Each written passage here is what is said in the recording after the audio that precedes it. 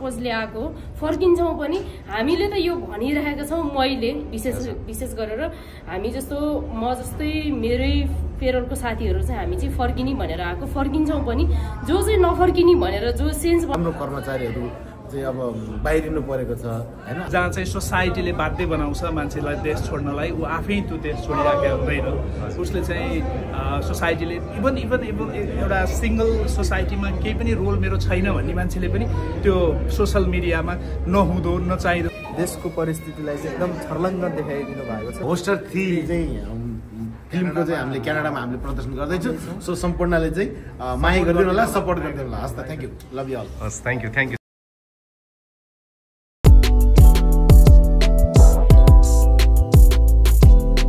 सन्देश दिएको मलाई चाहिँ एकदम खुसी लाग्यो यो फिल्मले अरूले भन्दा मलाई यसले चाहिँ बढी छोयो सायद आफू विदेशमा बसेको भएर होला हाल तपाईँ क्यानाडामा हुनुहुन्छ नेपालको त एकदम याद आयो होला नि त नेपालको त्यो अभियसली नेपालको त सधैँ याद आउँछ होइन मलाई त्यो उसले जुन समसामयिक विषयमा उठाएर यो छक्का पञ्जा 5 बनाए नि अवश्य पनि हामी पनि नेपालमा बस्ने माहौल भयो भने फर्किन्छ त्यो त अभियसली थाहा भएकै कुरा हो थ्यांक यू कस्तो लाग्यो हजुरहरूलाई मुभी कस्तो लाग्यो मुभी राम्रो छ हजुरलाई कसको पार्ट राम्रो लाग्यो त्यो दीपक राजगिरी अनि अर्को बाङ्ने बुढा केदार घिमिरे खास के यो मुभी हेरेर के सन्देश मिलेको जस्तो लाग्छ यस्तो छ अब त्यो राष्ट्रियता भन्ने कुरो चाहिँ झल्किन्छ यसमा होइन अनि त्यो मैले नाम बिर्सेँ उहाँको त्यो बुवा भनेर खेल्नु भएको छ नि एकजना हजुर उहाँले चाहिँ उहाँको रोलमा चाहिँ त्यसमा आफूलाई रिलेट हुन्छ कि हामी जो यो नारायणहरू जति छौँ नि यहाँ बस्नेहरू त्यो त्यही कथासँग आफूलाई रिलेट गरिँदो रहेछ कि अनि त्यसले चाहिँ अलिक बढी टच तपाईँले एउटा कुरो थाहा छ कि थाहा छैन यो अहिले यो हाम्रो सिनेमा हलमा मुभी कसले ल्यायो भन्ने कुरो हाम्रो नेपालीमा कसले ल्यायो भन्ने कुरो थाहा छ कि थाहा छैन यो हलमा छक्का पञ्जा 5 यस कति खुसी हुनुहुन्छ यसरी नै नेपाली मुभीहरुलाई सपोर्ट गरिरहनु भएको छ यहाँहरु पनि छ मुभी हैन अनि यसले चाहिँ मलाई जहाँ सुकै संसारभरि रहेका जति पनि नेपालीहरु छन् नि उनीहरुले एक्चुअली यो मुभी हेर्नुपर्छ ताकि उनीहरुलाई आफ्नो ओरिजिनमा एक्चुअली लैजान्छ तर किन विदेश आउनु पर्यो त्यो एकदमै रियल स्टोरी त्यसमा स्केच छ किन आउनु पर्यो र आइसकेपछिको रियालिटी ब्याक होम पनि के हुन सक्छ यहाँ पनि के हुन सक्छ त्यो दुवै कुरालाई त्यसले चाहिँ रिफ्लेक्ट गरेर हजुर हाल क्यानाडामा बस्नु भएको कति समय भयो म 2017 को मार्च अप्रिलदेखि अनि चाहिँ तपाईलाई यो फिल्म हेरेर हैन म नेपालै गएर बस्छु भन्ने त्यो मनमा लागेन यस्तो भयो म एज अ लयर यहाँको लयर हो हैन तर मलाई के फिल भयो त्यो मैले त्यो बिर्सेँ म यहाँको लयर छु भन्ने बिर्सेर मैले मेरो वृद्ध बुवाआमा अनि मेरो हजुरबुवा म त्यहाँ पुगेँ अनेस्टली भन्नुपर्दा अनि मलाई के लाग्यो यहाँ म वाइ आम हियर भने जस्तो नि भित्रबाटै म जानुपर्छ भने जस्तो त्यो फिल भयो अनि सँगै छोरी पनि थिए मेरो उसले चाहिँ उसलाई त अब नेपाली भाषा धेरै कम आउँछ मैले उसलाई बिचमा इन्टरप्रेट गराइ हेराएँ होइन अनि उसलाई सम्झिँदा फेरि ठिकै छु म फेरि बस्नै पर्छ लाइफ त अब फेरि मुभी त हुँदैन भनेपछि छोराछोरीको भविष्यको लागि बस्नै पर्ने रहेछ त्यति नै त्यही नै फिल अनि कि मान्छेको सोचमा सबैभन्दा ठुलो पैसा नै रहेछ भन्ने कुरो भ्रम बनायो कि के यस्तो हुन्छ अब पैसा नै भन्ने भन्दा नि सन्तानलाई पैसासँग रिलेट गर्न सकिन्छ सकिँदैन त्यो पनि कुरा रह्यो सन्तानको माया सबभन्दा ठुलो कुरा हो र सन्तानलाई पनि बाबुआमाको माया सबभन्दा ठुलो कुरा हो त्यो चाहिँ दुवैतिर लागु हुन्छ भन्ने नेपालमा पनि लागु भयो यहाँ पनि लागु हुन्छ त्यही नै त्यो फिल्मले पनि त्यो कुरालाई चाहिँ ब्यालेन्स गरिदियो है अझ राम्रो हुन्छ धेरै जस्तो यङ युवाहरू यसरी नै विदेश पलायन भइरहेछन् के भन्न चाहनुहुन्छ म यसो भन्छु मैले त्यो मुभीमा जस्तै राष्ट्रवाद मान्छेहरूमा आउनु पनि पर्छ तर कतिपय रियालिटी त सुरुमै छ बस्ने कन्डिसन नेपालमा त्यहाँ प्रत्येकको योगदान छ यसरी विदेश पठाउनलाई त्यहाँ कतिपय कुराहरू फिल्मले देखाउँछ जहाँ चाहिँ सोसाइटीले बाध्य बनाउँछ मान्छेलाई देश छोड्नलाई ऊ आफै त्यो देश छोडिराखेको हुँदैन उसले चाहिँ सोसाइटीले इभन एउटा सिंगल सोसाइटीमा केही पनि रोल मेरो छैन भन्ने मान्छेले पनि त्यो सोशल मिडियामा नहुँदो नचाहिँदो प्रतिक्रियाहरू राख्ने पोस्टहरू गर्ने त्यसले अर्को मान्छेलाई चाहिँ ल्युर गर्ने होइन अनि त्यो फेक अट्र्याक्सन त्यस्तो कारणले पनि मान्छेहरूलाई चाहिँ सोसाइटीलाई चाहिँ दिग्भ्रमित गराउँछ र त्यो ठाउँ छोड्नलाई बाध्य बनाउन सक्छ भन्ने कुरा प्रत्येकको रोल छ है। यो कोही पनि मान्छे देश छोड्दाखेरि ऊ मात्रै एक्लै छोडेको छैन, त्यसको पछाडि जसले यो त जानै हुँदैन थियो विदेशमा किन गइरहेको छ भन्नेहरूले पनि त्यो चाहिँ इन्डिरेक्टली डिरेक्टली त्यो कन्ट्रिब्युसन गरिरहेका छन् भन्ने कुरो नि यो फिल्मले देखाएको छ। त्यो त्यस कारणले गर्दा आउनेलाई विदेश छोडेर विदेश आउनेलाई मात्रै गाली गर्ने भन्दा पनि त्यहाँ हुनेहरूले पनि ओहो हामीले पनि कतिपय कुरामा चाहिँ कन्ट्रिब्युसन गरिरहेका रहेछौँ अथवा इन्साइट गरेका रहेछौँ है देश छोडाउनलाई, हामीले पनि यो कुराहरूमा चाहिँ आफ्नो पनि भूमिका छ, हामी पनि सचिनुपर्छ भन्ने चाहिँ छ त्यो मुभीले देखाउँछ। Thank you. देख्नुहुँदैछ सबै फिल्मबाट फोटो सेसन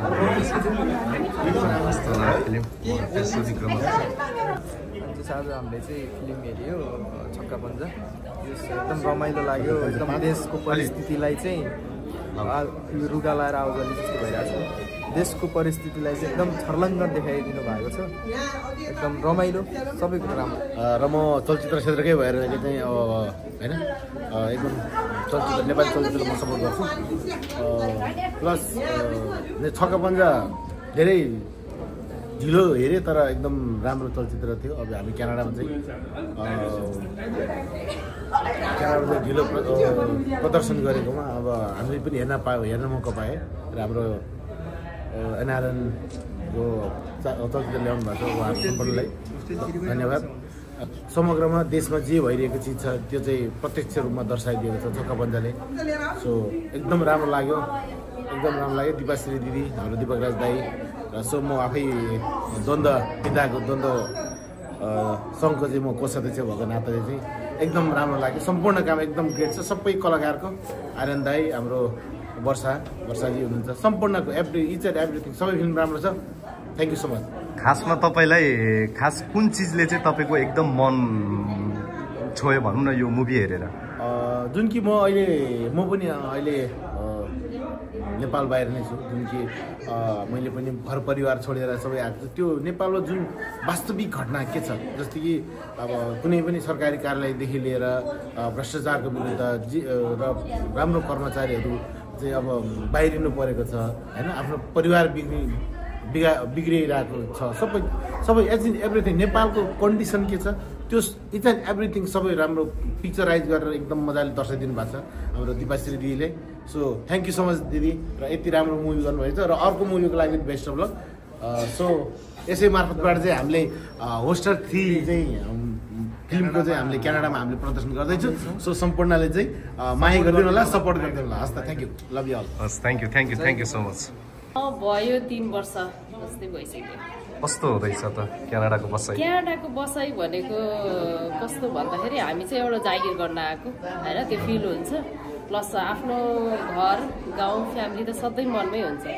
तर यो आजको दिपक राजगिरीहरूको उहाँको टिम हुनुहुन्छ नि जति पनि, उहाँहरू चाहिँ अलरेडी सक्सेस हुनुहुन्छ। मैले यो फिल्म सकेपछि होइन उहाँहरूको अब एउटा बिजनेसको हिसाबले कसरी प्रपोज गर्नुभयो त्यो चाहिँ उहाँहरू अलरेडी सक्सेसमा हुनुहुन्छ है। यो फिल्म सकेपछि चाहिँ त्यो फिल भयो। बाँकी उहाँहरूले दिन खोज्नु भएको सन्देश छ नि यति राम्रो छ, यति टची छ। इभन हामी यसरी विदेशमा दुःख गरेर बसेको मान्छेहरूको लागि चाहिँ एकदमै राम्रो छ। त्यो चाहिँ यस्तो टची छ, त्यो कहीँ पनि छुटेकै छैन हाम्रो लागि। कसको पार्ट चाहिँ एकदम बेटर लाग्यो तपाईँलाई? पार्ट्सहरू चाहिँ सबैको उत्तिकै भूमिका राम्रो छ।